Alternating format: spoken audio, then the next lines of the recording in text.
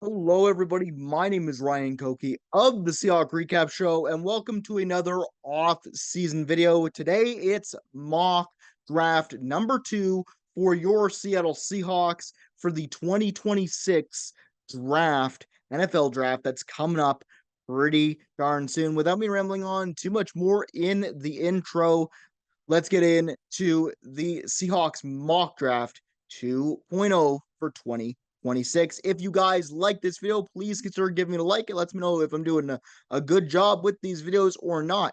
And if you'd like to, please subscribe to the channel so you don't miss out on any more Seahawks future off-season content. That would be greatly appreciated.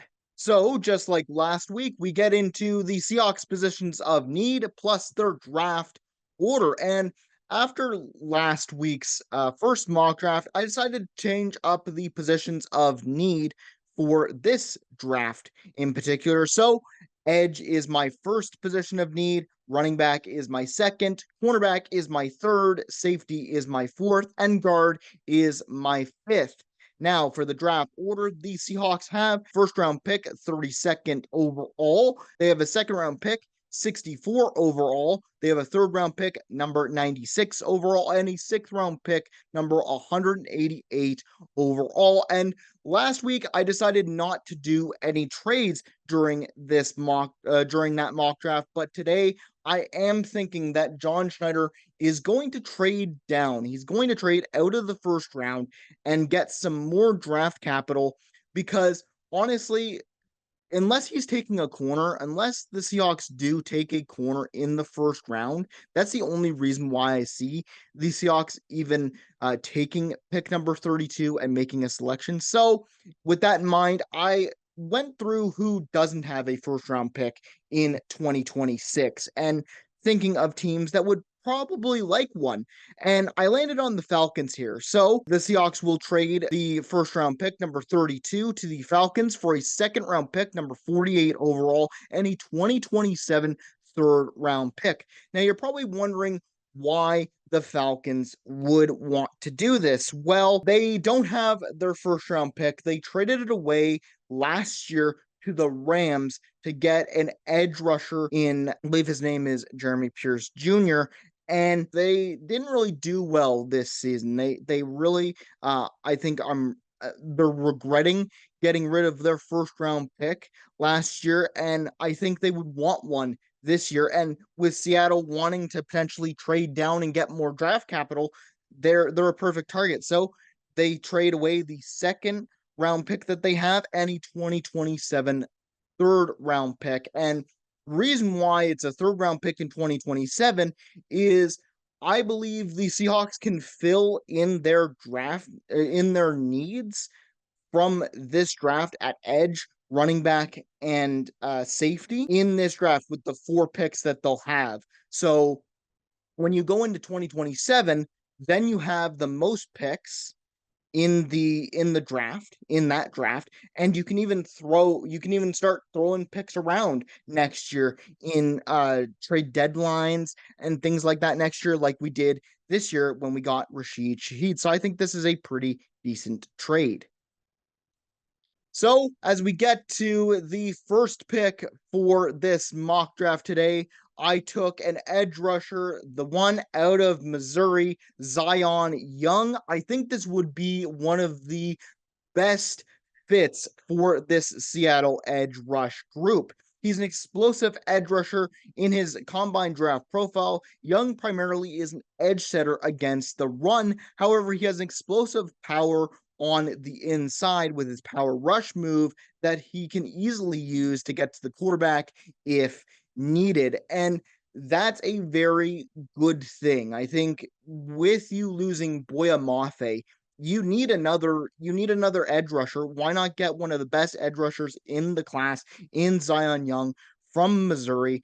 And Mike McDonald will have his guys for the future when DeMarcus Lawrence eventually retires. And I think with a guy like Zion Young, that's a no-brainer that I think the Seahawks would love to take. The only knock I've read about Young is that his technique is a little flawed. One of his biggest flaws is that he does not have ideal pursuit for an edge rusher at the NFL level, and his NFL pressure production will lag behind without better go-to moves and counters against NFL offensive linemen. And if you don't know what that means about the counters and the go-to moves and things like that, edge rushers usually have a set of moves, a set of abilities that they use and techniques that they use to get to the quarterback and beat their man, whether they're facing a tackle or a guard or a center. So his go-to move is a power rush move. Well, at the NFL level, you need a little bit more versatility in the way you move your hands and that kind of stuff to beat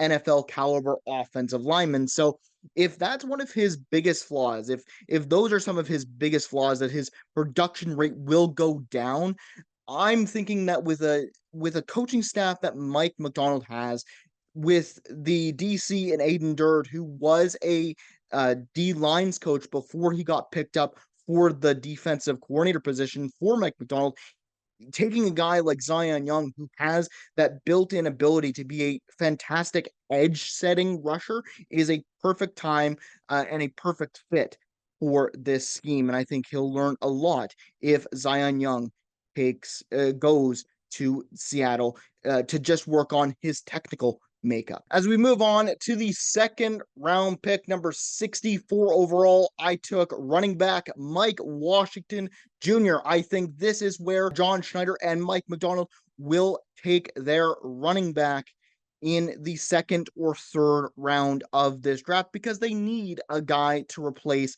Kenneth Walker. And I think Mike Washington Jr. out of Arkansas will be that guy. He's got explosive speed already, and he reminds me a lot of what Kenneth Walker would be for the Seahawks. He reminds me of a good Kenneth Walker replacement, because he's an explosive back with breakaway speed, and he's got some good pass catching ability out of the backfield. And when I'm reading about him, he's very hard to stop once he gets moving, which is very good. And I think that's what Seattle would love in the running back tandem to pair with Zach Charbonnet. The only knock on Washington is that he's not very sudden in tight quarters, and is he steps slow to see it and go when holes open for him in the offensive line. So this might cause problems for him at the NFL level, but I believe if Seattle takes him, Washington could be a very good complement to Zach Charbonnet in the running back tandem. And if you're looking at it, this is usually where, again, John Schneider takes his running backs. He took Kenneth Walker in the second round a couple of years ago. And if they do it with Mike Washington and he hits for Seattle, that would just be another big, long line of success for Seattle running backs. So I really do like this pick. In the third round, number 96, we take safety Jaylon Kilgore, South Carolina. And after reading his draft profile, this guy is a long, rangy kind of safety with a wingspan that gives him a lot of versatility that I believe Mike Macdonald would love to have on his team. Kilgore is a guy that I believe could either play nickel corner or deep safety in the NFL, depending on his scheme fit. And after reading his draft profile, I believe that Kilgore will be like a Nick Imamori type of Seahawk and be that kind of tight end eraser in a nickel slot corner role. And the reason why I'm saying he'll be like a Nick Imamori is this guy has the same type of versatility that Mike Macdonald used for Nicky Mamori. Nicky Mamori is a safety, but the majority of his time in his rookie year with the Seahawks this year was spent as a box safety, which means he was basically playing linebacker, taking away the kind of slot receiver, tight end, middle part of the field. And with a guy like Jalen Kilgore, he's a guy that I could see Mike Macdonald going, I already picked up Nicky Mamori last year.